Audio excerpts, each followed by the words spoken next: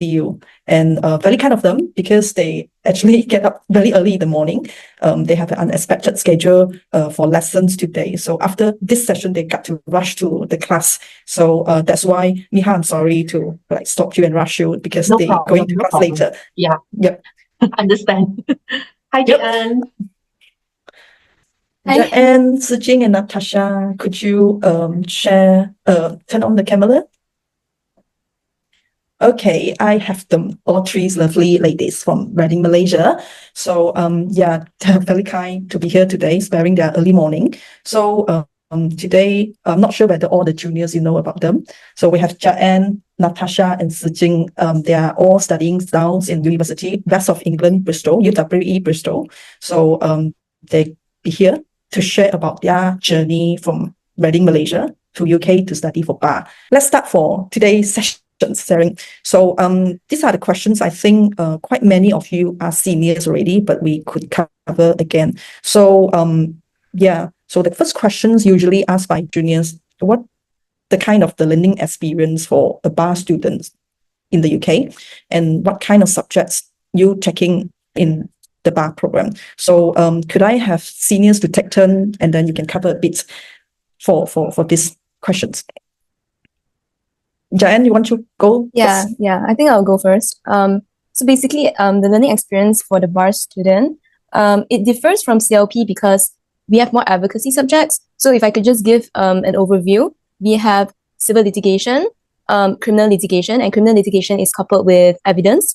We also have the advocacy-based modules, which are conferencing, civil advocacy, criminal advocacy, and then we have the writing modules, which is drafting, opinion writing, and legal research. So what I would like to highlight is that it differs from CLP because CLP doesn't have advocacy modules, if I'm not mistaken. And for the bar course, we have, like what I said, we have conferencing, civil advocacy, and criminal advocacy. So what we do for conferencing is that we interview clients, and during this interview of clients, we get to role play as perhaps the witness, as the lawyer, the barrister itself. We get to ask questions. So it's kind of fun because we don't do that, I think, for CLP. It kind of gives us it's like a practical skills that we get to learn and adapt. And our lecturers will record our entire experience. So almost every 1 or 2 weeks, we have a conferencing class where we role play as both the witness and the barrister. And this will get recorded and we will get feedback for how we perform. And this will also be assessed. For civil and criminal advocacy, we get to role play as well. So we will do bail application, plea mitigation, and cross-examination, examination chief. This is all very, very fun stuff that you don't get to do during CLP. For civil advocacy, you get to apply for summary judgment, apply for default judgment, stuff like this. And you can ask both the other seniors as well. It's very, very stressful, but it's also very fun because it's something that you don't do during your undergraduate. So yeah, it is a very new experience, and that's basically it. That's basically the overview of subjects that we take during the bar course. Thank you, Jaen. Is there anything, Natasya, you would like to top up for whatever Jaen's already mentioned? Right. So the learning experience here in UWE, they break you up into smaller groups for your classes. So out of like 100 people, they'll break you up into smaller groups into 18 people in one class. So you really have like a small class which would help you enhance the learning experience, and it's like easier for you to ask questions to the lecturer and stuff. And for the advocacy modules, like what Jaen mentioned, they will break you up into smaller groups, which are like 6 people in a group. So in that way, it's not really bad if you're doing your conferencing or doing your advocacy, because there's only like 6 people with you, and through that way, you can build up your confidence to the classes. That is, yeah, very small groups. Thank you, Natasya. So Jing, a lot of bar students that I help for the application and then I chat with them, they all feedback to me, bar program is very, very stressful. So how intense it could be? Could you like share your experience, maybe a typical day of a bar student? How is it like to let us or the juniors that have a good understanding, expectation of a student studying for bar? Okay, basically it's like we have our classes is basically like tutorial. So you need to prepare. It's like you really, really need to prepare before you go to the class, because the the lecturer won't explain the things again, and they will pick up you to answer the question. And it's not that we have MCQ, and it's not that you just simply choose an answer, it's okay, It's like they will ask you like, hey, why you choose this answer? So they will really ask you to explain everything. And basically for my day, I have to be very honest with you guys. It's like sometimes I just have like 2 hours sleep maybe, or sometimes even my fellow friends didn't sleep for the whole day, because we don't have time to prepare our tutorial. It's quite stressful. And but other than that, you still have your own time to like for me, I will join the badminton club to like do some sport, or even like you can join the uni provide the booth session. You can go some dancing class or anything. Yeah. Thank you. It's scary to hear that. But I know I tell the truth, because every time when I look for Jing, Jing or Natasya, they takes very long time. They will take very long time to reply me. And Jing, sometimes I text her in Malaysia afternoon time or late morning time, she will still reply me. I was like, surprised, why you not sleep yet? They say still preparing for the tomorrow lecture. So I can totally agree with them. Thank you. And let's move on to the next questions. So, all right, I think a lot of students, they are still considering in between to do bar or CLP. It's a good thing to study in University of Reading, Malaysia, because it's a degree, is a qualifying law degree that you can both recognize by CLP and bar. So students are free to choose whichever the practicing route. So yeah, for Jaen, so just now you mentioned already the CLP and the bar differences, so the expectation. But Natasya, would you mind to tell me why you chose bar over CLP when you're making the decision last year? Right. I choose bar over CLP because I feel like bar is a gateway for me to explore working outside from Malaysia. Information for you guys: if you guys complete a course in the UK, you guys get a graduate visa. So, this gives you permission to stay in the UK for about 2 years. For you to gain experience, gain working experience here after you complete a course in the UK. So that's why I choose to study bar. Thank you, Natasya. What about you, Jing? Okay, I'll be very honest with you guys. Originally, I thought that bar is more easier to study than CLP. Yeah, because I heard about the passing rate about CLP. I think that the passing rate for CLP is more harder, but to study bar it's not like very easy for compare to CLP. And then the other reason is because I know that bar provide like advocacy training. So it's like throughout, like I think I have been here for like 3 months, and throughout like the advocacy class that I have been, it's like I can feel that it's very useful for you, especially if in the future you want to be a litigation lawyer, because they will teach you like how you submit, and you will get like what Jan said, you will get a very very personalized feedback for everybody. Yeah. Yeah, I totally agree. Many students that I asked, they say there are certain components that not covered in the CLP. CLP is more examination based, and the passing rate is about 20%. So bar as well, equally quite hard, but then there are things that they cover but lacking by the CLP. So besides things that you already mentioned, Jaen, is that something that you want to top up for this decision that you're studying for bar over CLP? Well, my primary reason was to obviously get advocacy skills. I wasn't a very avid participant for mooting competitions.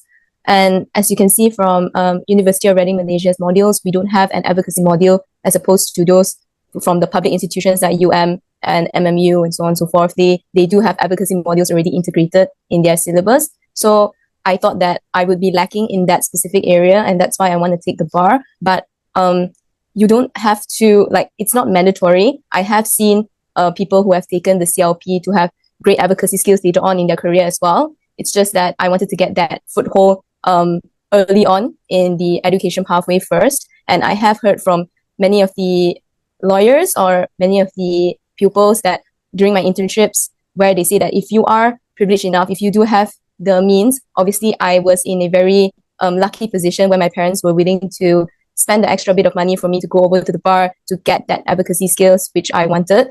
But they did say that it was a very great experience overall, because not only do we learn advocacy skills, we get to go for qualifying sessions, which later on we will explain for the Inns of Court. where we get to integrate and mingle with and network with the legal society of the UK, which we get to talk with solicitors, barristers, we get to go for events, we get to basically have a little bit of taste of what the legal career will be like in the future. So that's why perhaps we pay a bit more for bar instead of CLP. It's mostly paper and written examinations, I believe. So yeah, that's why I ultimately chose bar over CLP. But again, I am speaking from a very privileged position. It is not mandatory. If you can go for either one, I think both are good equally in their own ways. Because one of the benefits of CLP is that you get to learn about the Malaysian law, and later on in practice, you do practice the Malaysian law more than the UK law. So that will be one of the benefits that CLP has over bar. Yeah. Thank you. Thank you, Jayan. So let's move on to the next questions. So yeah, what makes you choose UWE? And I still remember Jayan, Jing, and Natasya, you applied for a few university for the bar schools, but ultimately you chose to land in UWE. So would you mind to share your decision? Yep. Does anyone like to take, maybe Natasya to go first? So my main reason for choosing UWE is mainly because UWE is a campus.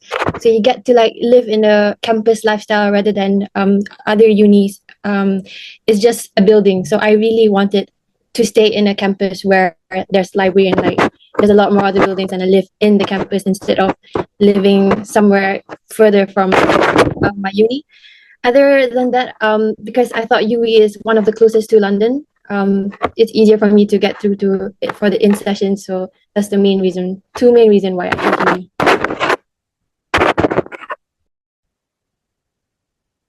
Thank you, Natasya. And Jing, would you want to like share your decision? What made you to choose UWE? Okay. Other than what Natasya said, actually, UWE compared to others like bar provider, they provide the most classes because if you are the person that you need people to push you to study, like guiding you to study all the way. So I think UWE will be the best because like they have a lot of classes, and just now I mentioned that every classes you need to prepare yourself. So it's like throughout the way you already like study quite some module already. Yeah. Okay. Thank you, Jing. And Jayan? Well, I do think that apart from the considerations that Natasya and Jing has already pointed out, I do think that a big part of my consideration was the fact that UWE's fees were definitely one of the cheapest amongst the other bar course service providers. I think the fees were 13,750 pounds or somewhere around there. And that is before scholarships are provided. UWE does have their own scholarships as well. And I think if you apply through PDVL, there is also a bursary. That's a big part of why I chose UWE, but also from what Natasya and Jing has said, I have heard from seniors that I've met during internships, and some of them do come from UWE, and they have told me that the passing rate for a bar course in UWE was quite high because of the internal assessments that they have. Not all of the bar course service providers would provide internal assessments like UWE. So like what Jing said, it does give you that extra push. It has a very holding hand approach instead of a self-study approach. And I'm someone who likes that. I'm someone who likes to go for classes. I want more guidance. And considering that this is my first time going to the UK for an education, I would prefer to have as much support as I could have. So yeah. Thank you. Thanks for your opinion sharing. So let's move on to the next questions usually asked by students. So it's about the financial matters. So kind of the range of the fees that for you to study for the bar, the budgets for living costs, including the accommodation, grocery, study fees. So for study fee, Miss Miha already mentioned it is still fixed, and then student, you can choose between postgraduate diploma for the bar training course or the LLM. So if you only want to have the bar vocational component that like the lower portions of the tuition fee, and student from University of Reading, you can entitle for 1,500 of the scholarships, and they have a bigger scholarships amount afforded to student, but you need to attend for the interview as well, and that we can talk later on. But maybe I think you could share from your experience as students already living there for a few months for how much the expectations of how much you need to budget for a student living in Bristol. So any one of you like to take?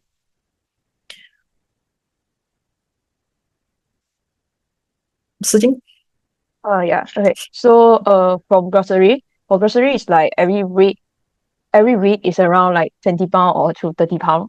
Yeah. Oh. And for the accommodation, I think three of us choose the student village en suite. So which is like 1 week is like £210. So if you roughly calculate the rate, is like 1 week and then sometimes I know that you will eat outside also, but eat outside is very is compared to you cook by yourself, it's more expensive, definitely. Okay, and if you want to eat good, it's like the range is like £20 to £30 per meal.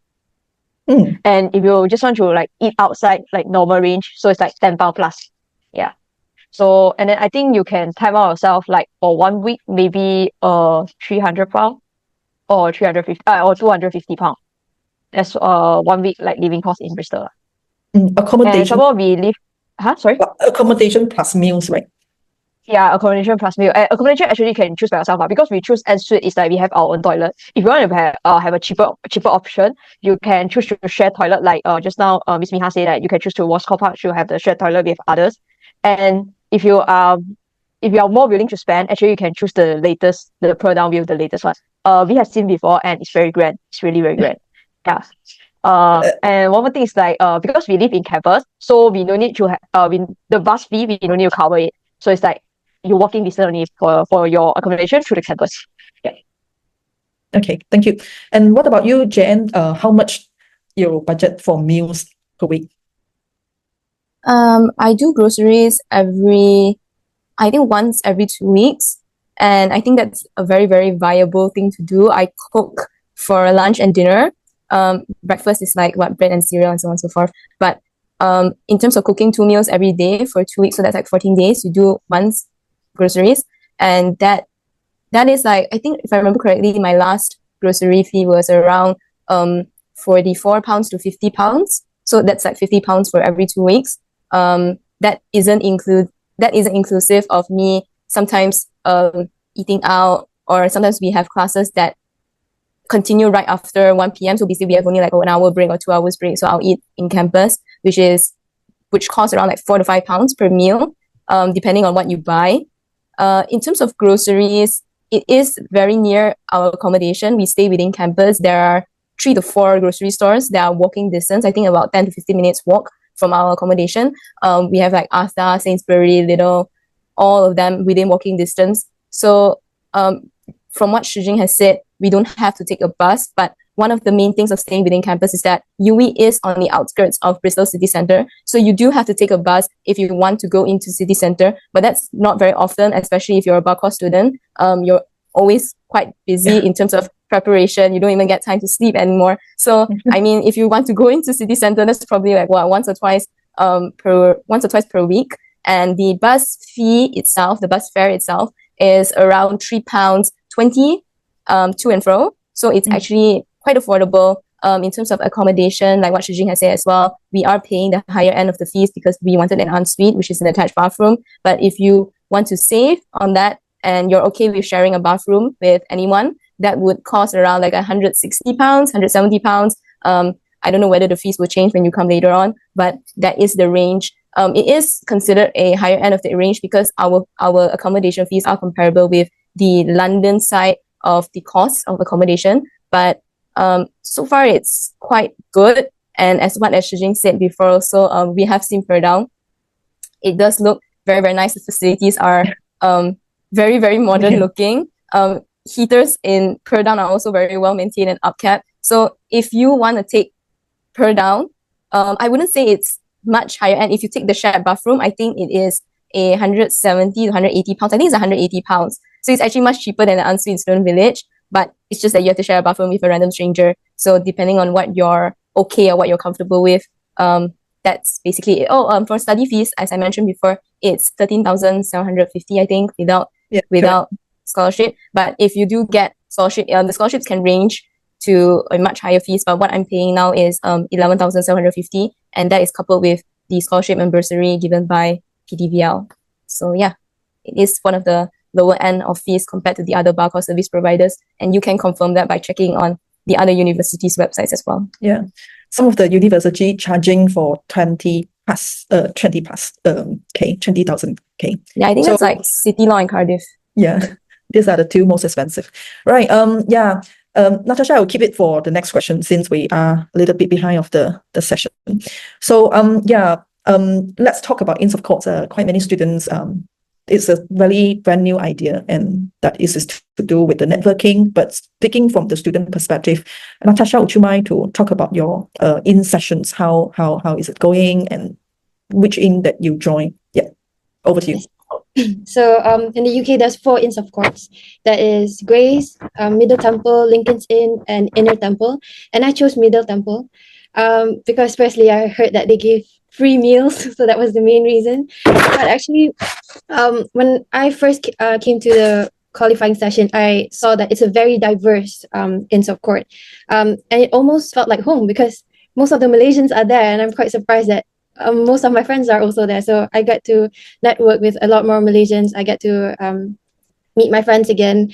Another thing that I felt really, really nice during my first qualifying session was I felt really welcome at the qualifying session. The barristers were really nice. Everybody there is nice. It was not too intimidating when I first joined the qualifying session.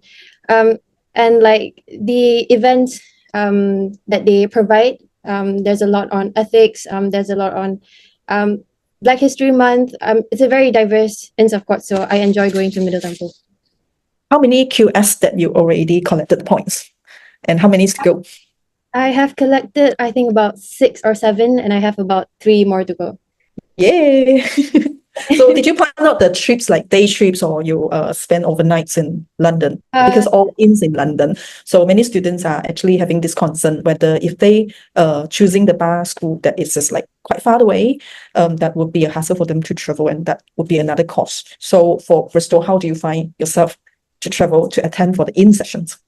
From Bristol to London is not too bad. It's about a 3-hour bus journey, and the bus ticket is about £14 return ticket. And we always qualifying sessions that we always choose is the ones that they have it combined for like Friday and Saturday. So we make use of the qualifying session, and we stay in London for a day. We just stay at like a random cheap hotel, but it's still good. It's still nice.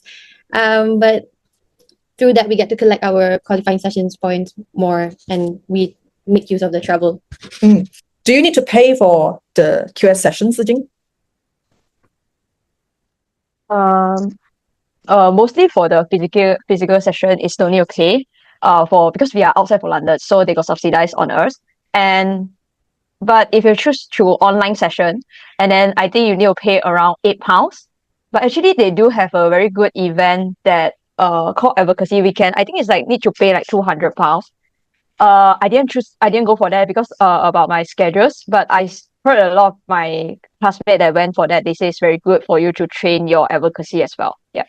Good thing about INS experience in the UK, I heard from many students, or they already completed the bar program, so that when they're coming back to Malaysia and work in the law firm, that kind of transfer back because you belong to the inns. So for example, Lincoln or Middle Temple, the persons or the students that you met in the inns, then that kind of relationship can transfer back. And in Malaysia, you can find the activities that turns out by the inns that back to Malaysia. So you will have like meetup or some training programs that organize in Malaysia.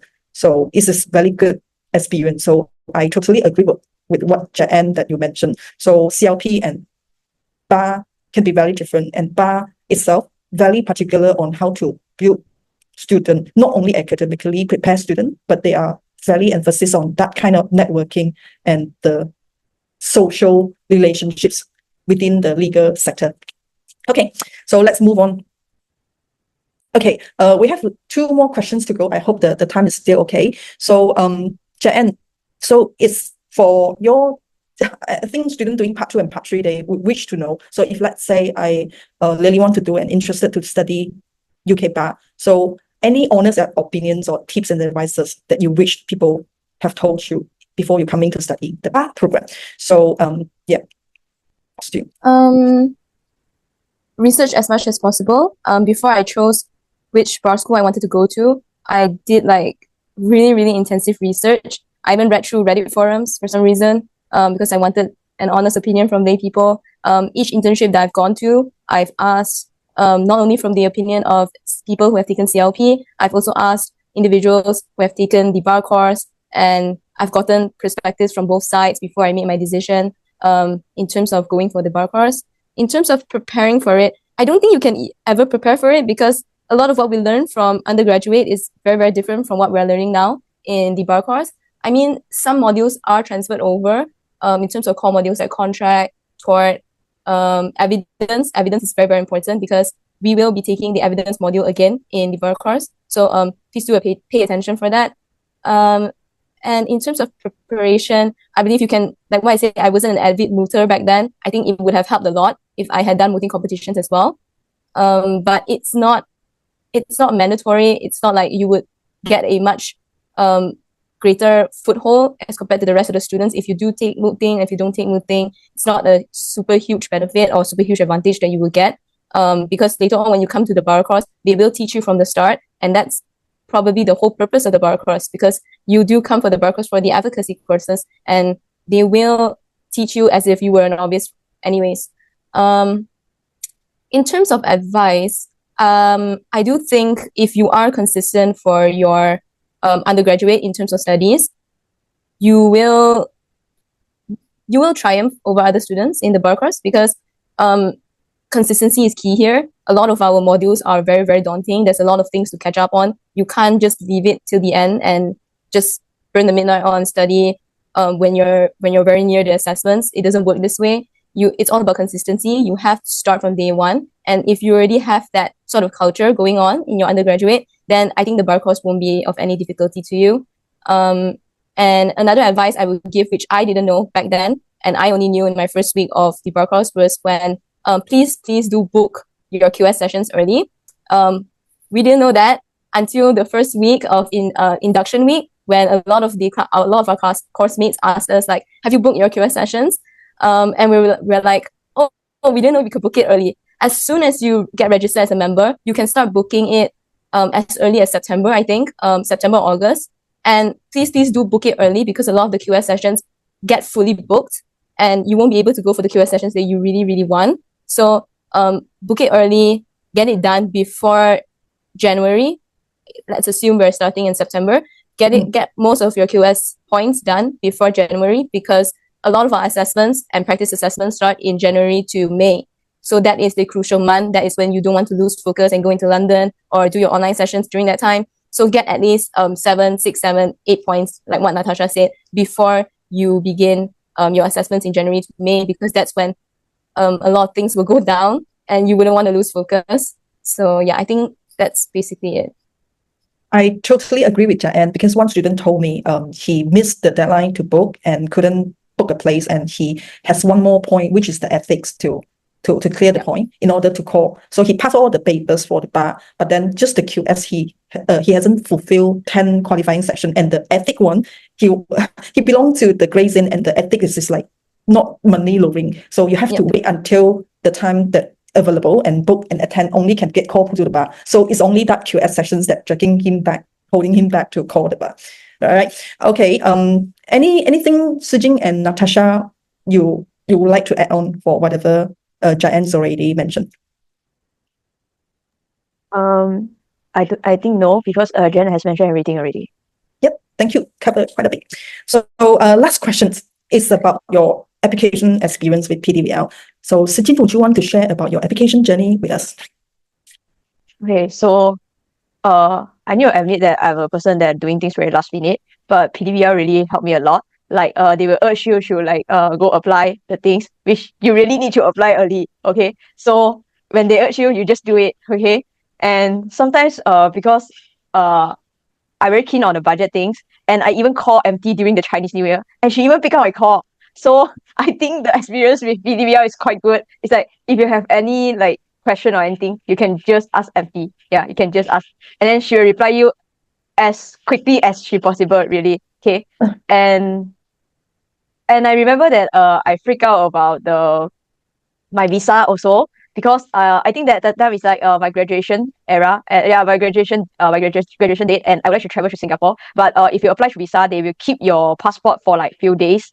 Yeah, so and the time my excuse is like because I'm doing my internship, but please like don't, I mean that your internship is very important as well, but your visa is more important, because like visa you can go, I mean like it's the future, like you can go UK, but internship I don't know, because my internship is unpaid, so they don't even pay me. So actually I should focus on the visa instead of rushing like the last minute, and I think I have to pay like extra 300 ringgit for me to like fasten the track so that I can go Singapore during my graduation. Yeah. Thank you. I still remember the call you called me during the Chinese New Year. You asked me every details about the costing. Okay, Natasya, what about you? I would say that my experience with PDVL was really great. I would like to thank MT, because she really was patient with me, and she really put up with me, because at that time when I was doing my application, I was in the UK, and I sometimes I really took time to reply her because of my sleeping schedules. And I'm also like Jing. I'm the kind of person who does things very last minute. And with MT, like always helping me, she always urged me like, you have to do this, you have to apply now, you have to like finish it now. And I'm like, oh my God. But thank God MT was there, and MT was helping me throughout my whole application. So it was smooth. You guys should really apply with PDVL. It smooths out your application process. It's much easier. And be honest, I've not paid them to say so.